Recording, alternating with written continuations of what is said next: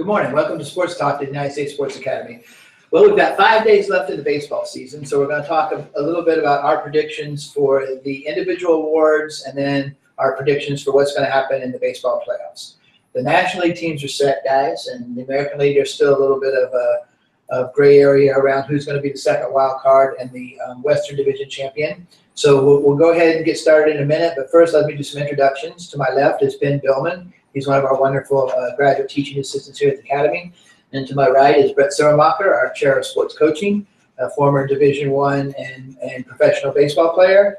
My name's Steve Butler, and the three of us this morning are going to be talking about baseball, something that we enjoy doing, even when we're not on Sports Talk.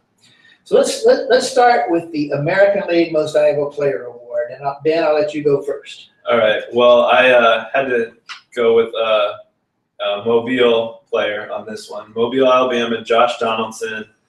He's 10th in batting average in the AL, 3rd in home runs, and 1st in RBIs. And I picked him especially because of the resurgence of the Blue Jays. I think he's played a huge role in getting them back to the top in the AL East. You must have been reading my note. Oh, sorry. That's exactly who I picked. Okay. And you know, there's several other guys that you can consider, but I think the resurgence of the Blue Jays as well, and where they've come from, where they were last year, and what he's done. It seems like every time there's a huge hit or something being done for the Blue Jays, his name is on it. Yeah, they had that one game last week where he made an incredible play where he made a diving stop at third base and tagged the runner, trying to go back to the base, and then hit a walk-off. So it's just not offensively that he's getting things done. Yeah, everything from taking an extra base, making. Well, I didn't look at your notes, but I picked Josh Donaldson for one reason only, and that's because he played baseball for 3 years at Auburn, War Eagle.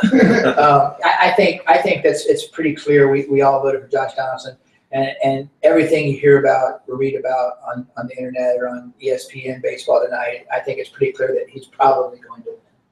So. How about the National League MVP? Brett, I'll let you go first this time. I chose Bryce Harper. And the reason I chose Bryce Harper is basically because of his stats. He's leading the league in hitting, 336. He's scored 117 runs. He's gotten 161 hits. The guy's phenomenal.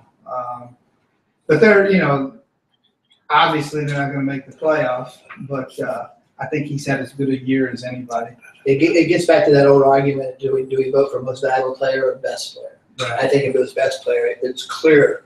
But then some people could make the argument that the Nationals could have finished 5 games under 500 without him. But he's not very far from winning the Triple Crown. That's true. If you look at the statistics, I know he's quite a handful of RBIs behind, but he's leading the league in batting and one home run behind the guy from Colorado. Yeah, I think he's got 39 or 40 home runs. Yeah, he's right there. Yeah.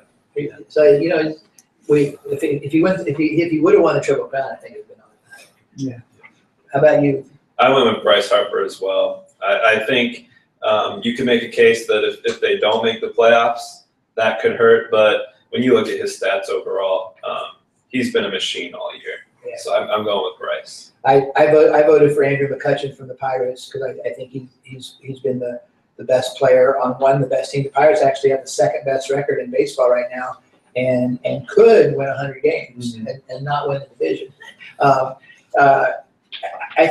think that Bryce Harper's going to win, and I think that's okay. I like Bryce Harper a lot. I remember seeing him on the cover of Sports Illustrated when he was 17 years old. Yes. And then for us as educators, one of the things he did was he went ahead and took the GED, so he didn't have to wait to graduate from high school. Went to a junior college that played in a wood bat league, so he'd hit with wood bats to be ready for pro baseball. And I was a season ticket holder for the Augusta Green Jackets, and he was playing for the Hagerstown, whatever they are. I can't remember, Hagerstown something. Those minor league teams have some great names. But he got called up 3 days before Hagerstown came to Augusta, because they even put him on the press release. Bryce Harper coming this weekend for a 5-game series. And then on Tuesday, they're supposed to be in Augusta on Friday. On Tuesday, he got called up, so I didn't get to see him play in the minors. But I think it's pretty clear that he's going to win. Okay, let's move on to the American League Cy Young Award. Ben? I went with David Price. Similar to why I chose Josh Donaldson as the MVP overall, I think David Price has been incredible since coming over from the Tigers. He's actually been 9-1 since joining the Blue Jays. And basically, since he's been there, they've slowly pulled away in the AL East. And again, he's been the reason why. Great minds think alike. Yeah. I went with him because he's left-handed, and I'm left-handed. Plus he played at Vanderbilt, and, where that program was and where they've come. He was the ringleader of that program, and put them where they are now. And something that they do at Vanderbilt, I mean, they have a whole locker room dedicated to all their professional athletes and their professional baseball players. And the only reason I know that is because I went to the ABCA clinic, the American Baseball Coaches Association clinic. Oh, it's probably been at least 4 or 5 years ago. And we snuck over to the campus and kind of just walked in some open doors. And Josh Holliday was there, which is now the head coach at Oklahoma State. He gave us a tour, and he showed us but they're building a brand new facility as well. I guess you get a new facility when you go to the championship game 2 2 years years in a in a row. row. Yeah, I voted for David Price as well. There was some talk, I think it was kind of silly talk about Yoenis Cespedes being a possible candidate for MVP in the National League. Mhm. And some people may say the same thing about David Price, but David Price was in the American League the entire Right. year. And if you put his combined record with Detroit and Toronto together, it's still pretty good. It's still a pretty good overall record.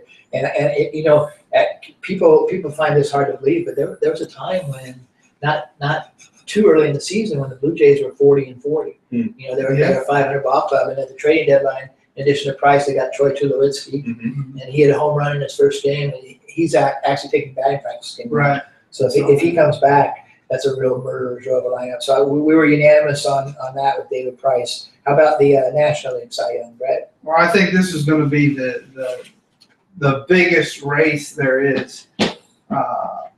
I think you've got 3 guys: Kershaw, Greinke, and Arrieta from the Cubs.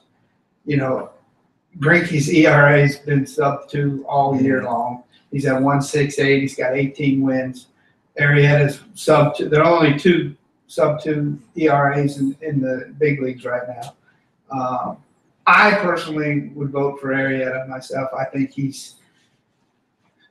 I just think the Cubs, where they're at and where they came from as well, and he's been the guy behind it, and he's probably gonna Take care of the Pirates. take care of your Pirates in the wild card.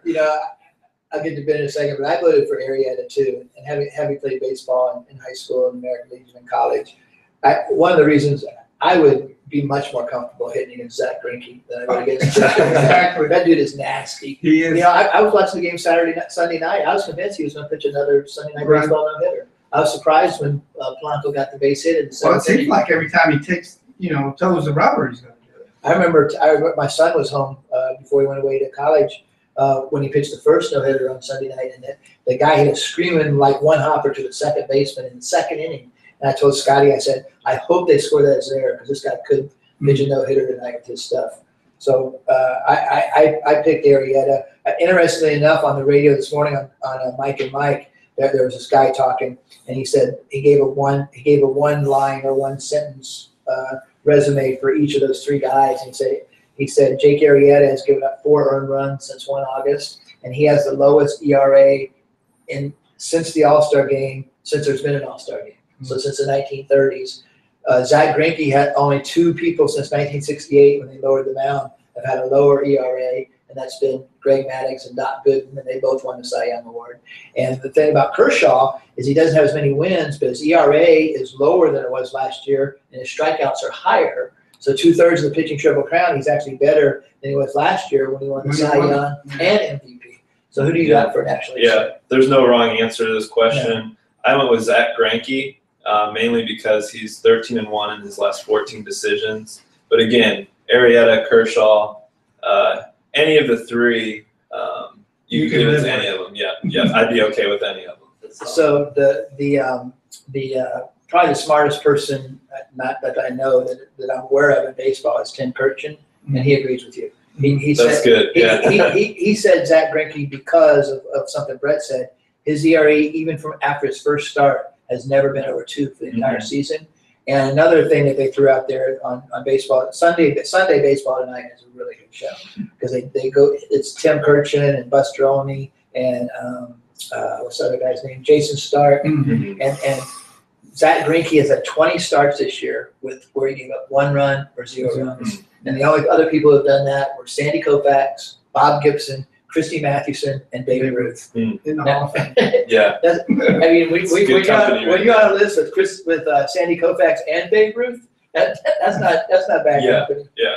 Okay, let's talk about Rookie of the Year, American League.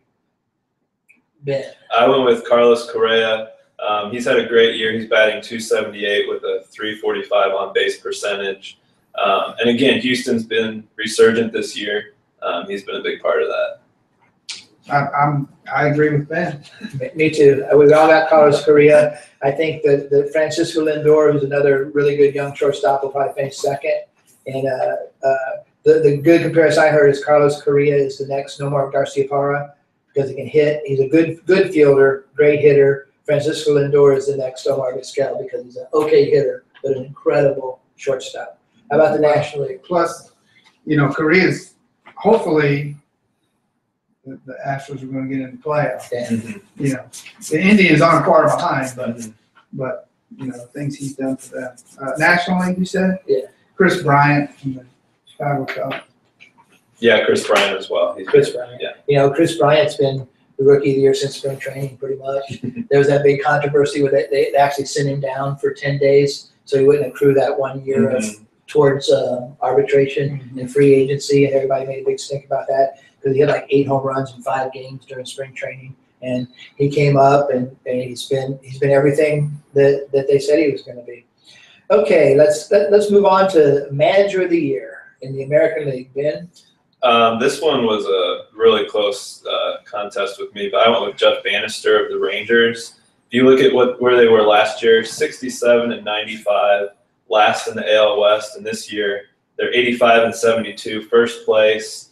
They had some injuries early on, got off to a really poor start to the season, but they have controlled the AL West for the last month or so, which has been really great. Good pick. And I went with A.J. Hinch for the same Kind of the same reason. Same reasons. Yeah. We talked last year on one of these sports talks about did last year's Houston Astros, do you consider them a success or a failure? Do you consider them a failure because they have the worst record in baseball, or do you consider them a success because they had the highest profit in baseball? So I guess it depends on what your mission statement is as the general manager. And what they did was they built through their farm system, and they're going to be around for a while now. I think so. I actually voted for Joe Girardi for Manager of the Year, and because I think he's done an incredible job keeping the Yankees in the playoff race with all the injuries they've had. They've lost Mark Teixeira.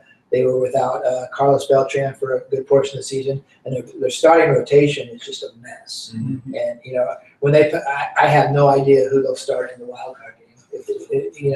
I've got them in the wild card game against Houston, and it's obvious who Houston will start, but who knows what's going to happen with the Yankees. But I think Joe Girardi's kept that team together and won many more games than anybody thought they could with the current situation. Okay, how about Manager of the Year in the National League? I went with Joe Madden, Chicago Cubs. What he came in and has done with that organization is phenomenal.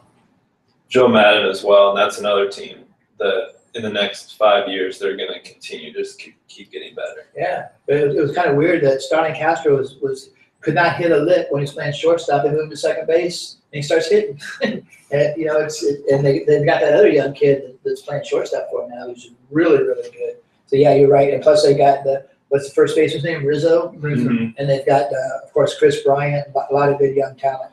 And the final award we have is Relief Pitcher of the Year, National League. How about you, Brett? National League, I got Melanson from the Pirates. Anytime you have 50 or more saves, I think you gotta get great consideration for Mhm. relief man of the year. Mhm. Okay. Same. I'm with Melanson and the Pirates as well. I picked Aroldis Chapman from the Reds just because his changeup is like 102. Okay, how about relief pitcher in the American League, Ben? I went with Andrew Miller of the Yankees. He has 36 saves, 97 strikeouts on the year. And I think, like you said, the Yankees pitching staff right now is in a lot of transition, but he's been the one cog in the wheel that has really stuck with it throughout the season. Yeah, I think there's been two cogs in the wheel because I voted for Dylan Betances, the setup back for the Yankees. Okay. And for, I was talking to Ben earlier this morning. I said, when they won their first World Series with that Derek Jeter, Jorge Posada group, John Wetland was their closer, and they had this setup guy named Mariano Rivera, and he turned out okay. Well, that's it for our show. We were going to do our predictions for the playoffs, but you know what we'll do? We'll say that to next week because when we meet next week at 11:30, there'll have been one game played. The American League wildcard game will have been played, and everything else will be. So we'll know who's in. We'll know who's in. Yeah. Let's just go ahead and just predict right now the American League wildcard game. The American League wildcard game, in that game right now, I predict it's going to be Yankees and the Angels, and I'm going to go with the Angels. Okay, Brett? I'm gonna say the Yankees and the Angels as well because the Angels are playing pretty well right now. And I picked Houston Street as the relief man of the year in the American League because I think he's done somebody's got to close out those games. Yeah. Anyway, and I got the Yankees winning that. Okay, I've got the Yankees in Houston, and the Yankees winning, even though I have no idea who their starting pitcher is going to be. We had to get that prediction in because that game will be played before next Wednesday. So what we'll do next Wednesday is we'll go through the entire playoff brackets, and we'll pick our winners of each divisional series, each championship series, and the World Series. So we want to thank you. A lot of you sending in your emails, giving us suggested topics, and we'll continue to take a look at those. So until 11:30 Central next Wednesday, y'all have a great week in sports.